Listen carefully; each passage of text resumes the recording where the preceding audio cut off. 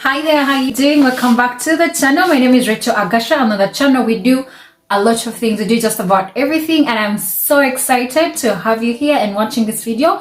Thank you so much for clicking. For those who have been here before, thank you for walking this journey with me. For those who went to the New Orleans with me, those who watch the videos, thank you so much. I very much appreciate that. So I have not been before the camera in a long time, and I figured it was about that time to be back here. Now, I have been in the States for 7 months now. I make a year in August, and so much has been happening. Yeah, so much.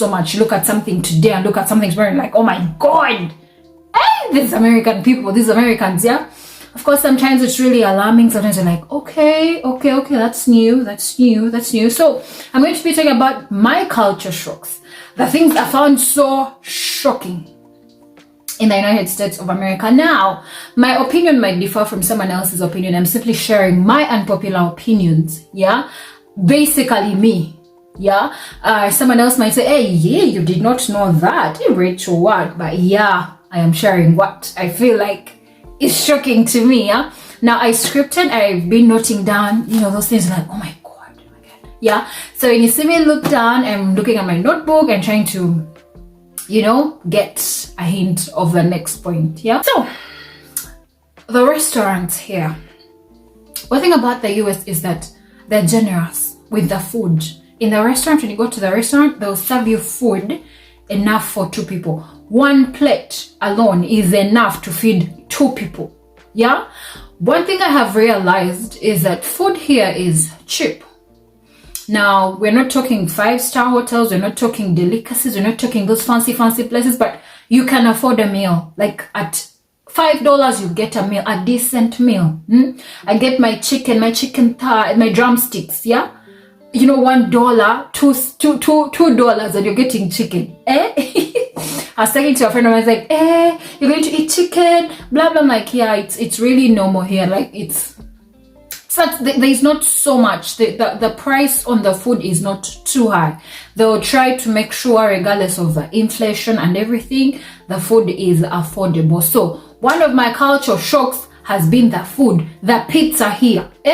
The slice is this huge. Like, the slice is really huge. They are generous. That cheese, like, they don't need it. Like, they so yeah, they're really generous with their food. Like, they serve a lot of food, and there's all these places where you can eat all you can, or you pay very little money, and there's a buffet, and you go as many times as you can with refills. They literally give you refills. I can go on and on about the food, because my god, it's food, yeah. So that was one of my culture shocks. The food is really, they don't put too much to food.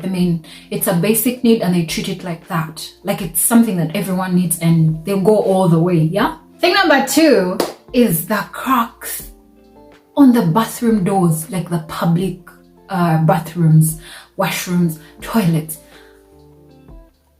It feels like there's no privacy, you go to the airport, to these hotels, these small restaurants, you're like, what? There's like a big crack.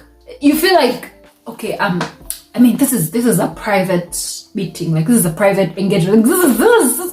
Like, there should be more privacy, but there is like way so much space at the top of the door, even below, in the cracks, like literally everywhere. Like, there's so much space, it ceases to be private. So the first time I'm in, I'm like, okay. You know how you're those people who just go with the flow of things, but you're like, okay. So basically, whatever it is that you're doing in there is not only your business, it's like literally everyone's business. Yeah. Yeah.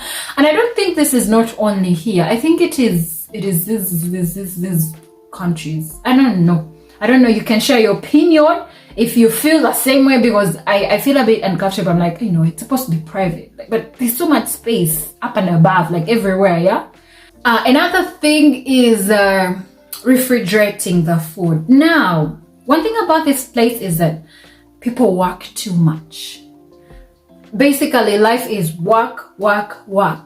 Yeah, it's up to you as a person to be like, you know what? No, I need a break. I'm going to do this for fun. I'm going to do this. I'm going to do that. But people work. So when they work like that, they do not have the luxury of cooking food every day. Yeah, of someone is going to come back and cook and cook and cook. Personally, that is what I would want. I work from home, so when I can cook, I cook. When I cannot, I will not. But I promise you, I cook my food. Of like, you find a day when you're in a good mood, you cook your food and refrigerate. We put food in the fridge. That is what I'm trying to say. At first, it was really, it didn't sit well with me until I realized the whole business of, you come back and then you have to cook and then do the same tomorrow and then the same the other day. They try so much to make sure people here, I don't know if I should say comfortable. They're not wasting time. You find that they package, they even cook, they fry the fries for you. You just pick them from the store, you microwave, basically they try. They spice the noodles. You want noodles with some beef, you want noodles with what? They spice all that for you. All you need to do is microwave your food and you're going like you. It's interesting, but the whole idea of you can make your katogo, you can make your food and just put it in the fridge and then tomorrow just get some warm and eat.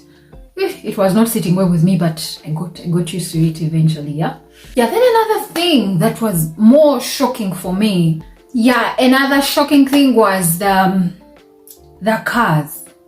They drive on the right. Yeah, so you see how you're keeping in the lane, you're keeping left. In Uganda, I'm from Uganda, these guys keep right. Yeah, even the steering is on the left. Yeah, and you have to keep right. I love the roads because their lanes, like they demarcate the lanes of like, if you start in this lane, you have to stay in this lane up to wherever you're going. Okay, you can switch maybe to the next exit if you're getting off the road, but you have to keep in your lane. It was interesting and shocking. I'm like, oh, okay. The Ugandan in me, the Ugandan in me. When I was doing my driving lessons, my instructor was like, I would not advise anyone who's leaving their country to learn to drive from their country, because what happens is when they get here, it's kind of implanted in them and they just end up messing around. So I've had to do a whole adjustment. Yeah, but it's interesting. It's really, really, really interesting. So another shocker was public transportation. Now, public transportation varies on the states, on the different states. Okay, depends on which state you're in. Now, if you're in New York, it's busy there. It's really busy there. So DC, it's busy there. So the public transport, I mean the buses, the trains, and everything, you can easily maneuver.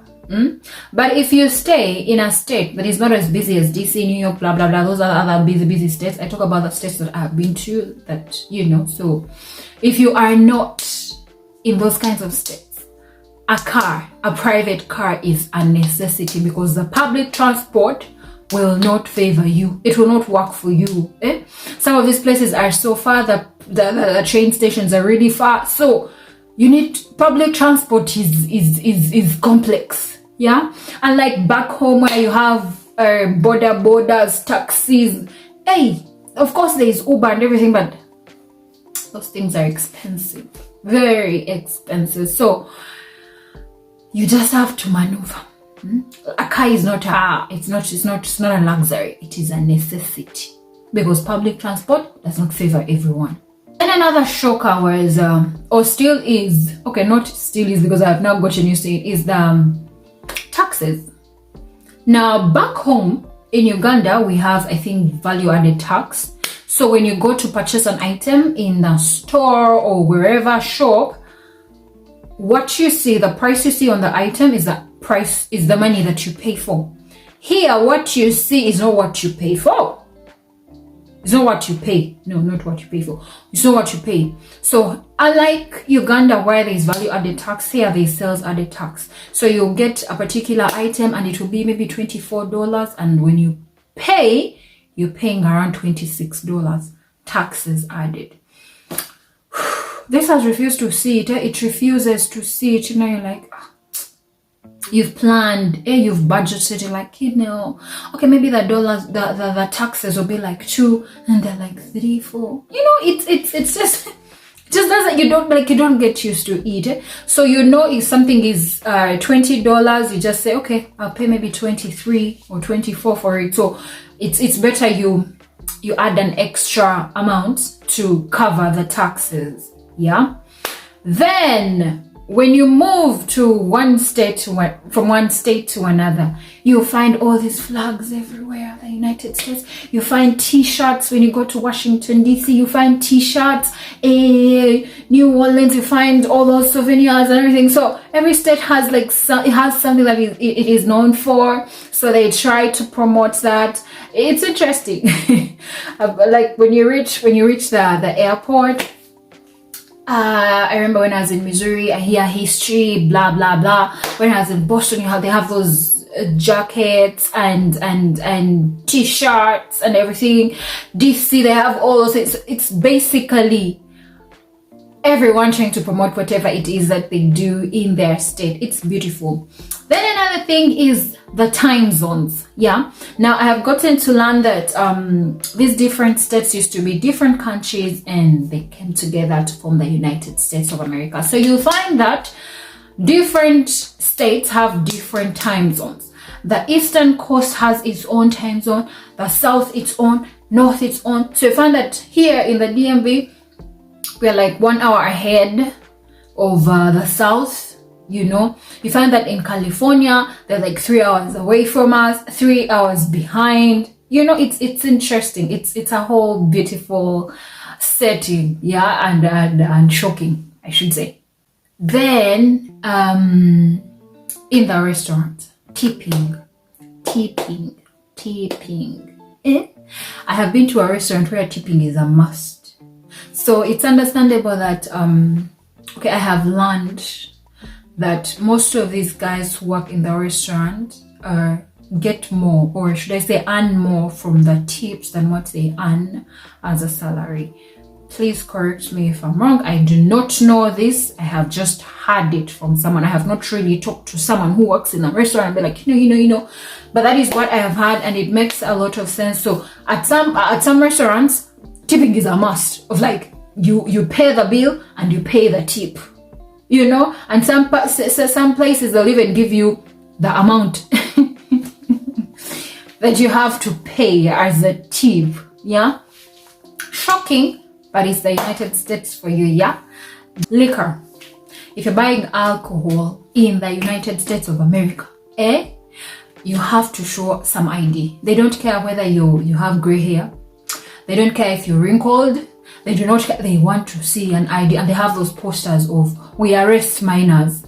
So if you're a minor, I've seen minors being creative and everything, so I do not know. But one thing I know is, unlike Uganda, you can do whatever it is that you want to do. Buy your liquor, do whatever.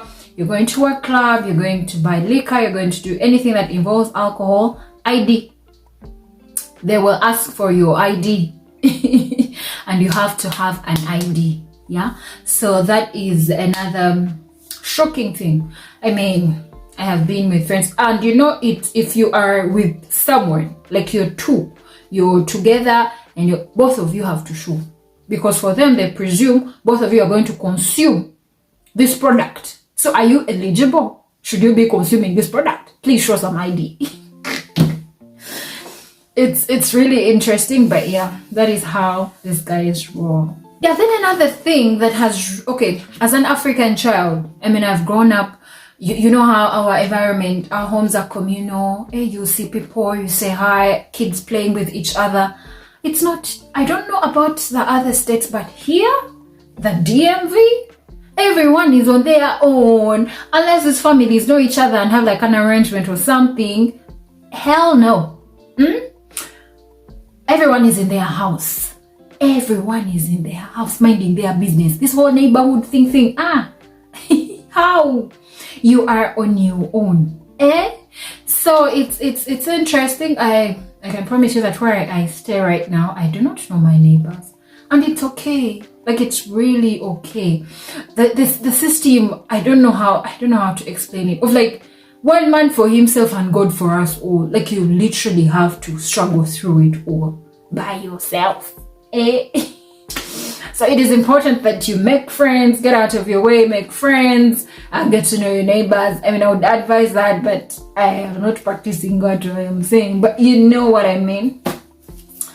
But otherwise, I am good. I love it here. Everything is okay. You learn something new every day, and it's interesting. I